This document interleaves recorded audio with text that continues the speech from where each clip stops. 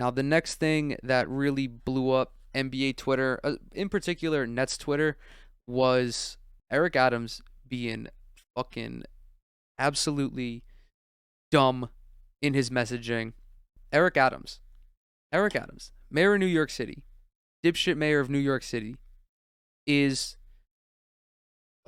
okay. Hold on.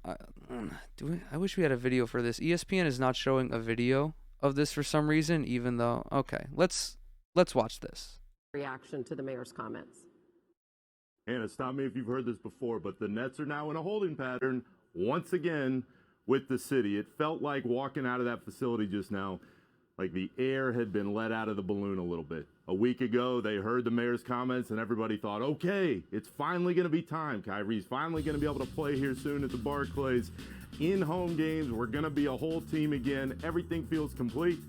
And people started to hear those quotes today, and those filtered through the building, and everyone kind of went, oh no, here we go again. So there's still hope that this gets resolved before the playoffs, that something can change.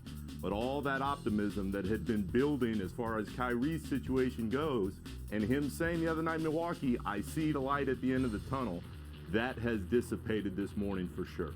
My comments on Kyrie have remained the same ever since this whole situation began. This is the result. This is the consequence of his actions. But today is going to be a little different because I've criticized Kyrie enough.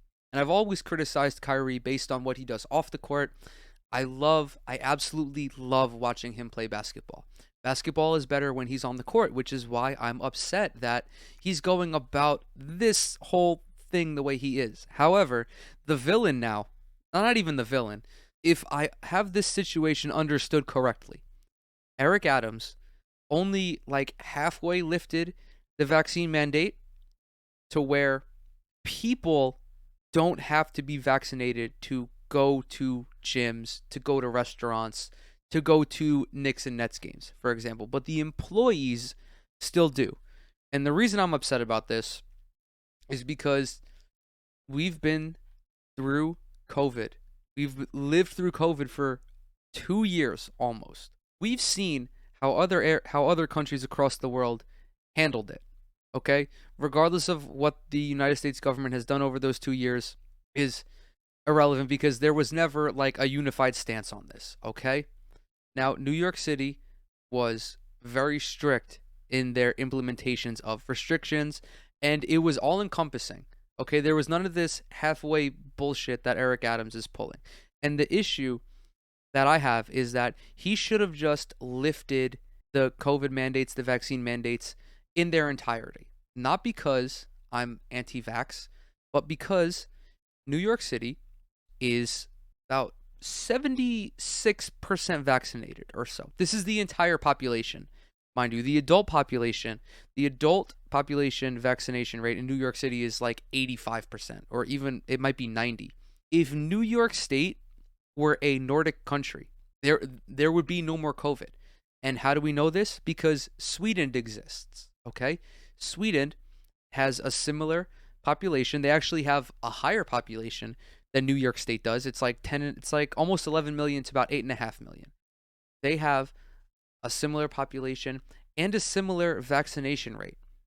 Even though Sweden is no longer reporting COVID cases, the 7-day average for cases in Sweden compared to cases in New York is only a couple hundreds difference. It's like somewhere around 2,000 for New York State and 2,600 for Sweden.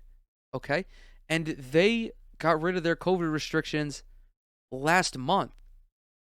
So I don't know why Eric Adams, who is just royally fucking up with every stance he takes, is like trying to walk this line between not being seen as a dumbass and also not trying to be seen as super radical. Because, of course, Eric Adams is a Democrat. He's a Democratic politician, but they're all the same, okay? Democrats in America are just Republicans who are more accepting of marginalized people. Eric Adams is now, as the mayor of New York City, in a position where he actually has to do things, right? But he's physically incapable of recognizing that he has to go all in on something. You either keep the vaccine mandate as it is, or you lift it entirely. He himself was talking about that he's going to follow the numbers and that he's doing this to encourage New Yorkers to get vaccinated. But if 3/4 of your population is already vaccinated, and 75% is herd immunity or whatever, however you want to rationalize it, like, dude, I don't even live in New York City, and I feel for all of the people in New York City who have to deal with this bullshit messaging all the time. And this is just so persistent throughout his administration. And then his press secretary was also fucking up on the timeline yesterday. He was posting cringe on the timeline. That's besides the point. I'm not going to get mad at his press secretary. I'm going to get mad at the fucking mayor of New York City, who's entirely responsible for this. So, like, New Yorkers have earned the right to not have these restrictions. Even the state of New York is one of the most vaccinated in the country, which really says a lot considering that New York is a massive state and does have it's not a comparable spread of Democrats and Republicans, but just how diverse the political thinking is in New York, especially in places like Long Island, in places like Northern New York and parts of Western New York. It's not a state like Massachusetts or Rhode Island where it's so small that you can get 80, 85, 90% of your population vaccinated. But like, they've earned the right.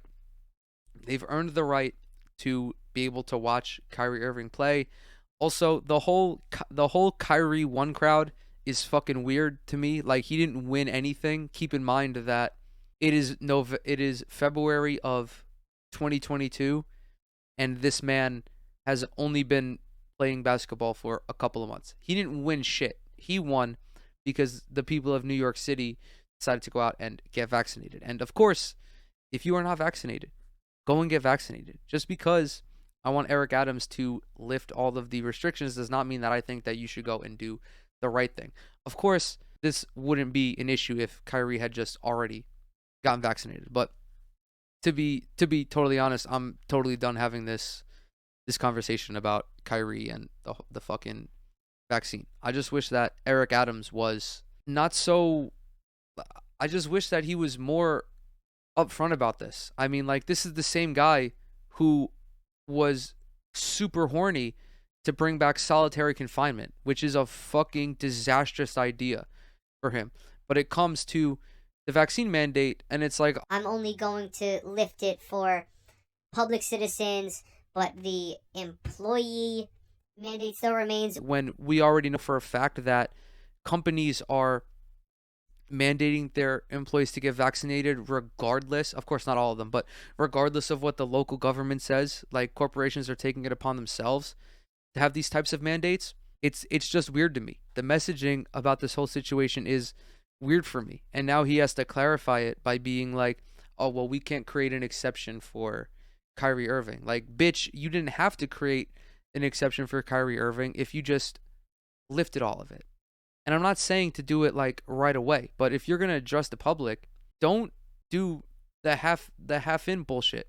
Address the public, say that if New York is able to maintain these low COVID numbers, these low hospitalizations, if we're able to maintain this for 2 more weeks, or whatever the arbitrary number he wants it to be, then all COVID restrictions will be lifted. Because I think even statewide, the percentage of positive tests is not that high.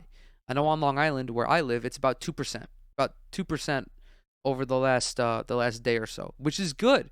Which is why, I'm confident in lifting all these restrictions, because we don't have just COVID running around looking like it's a fucking resident in New York City.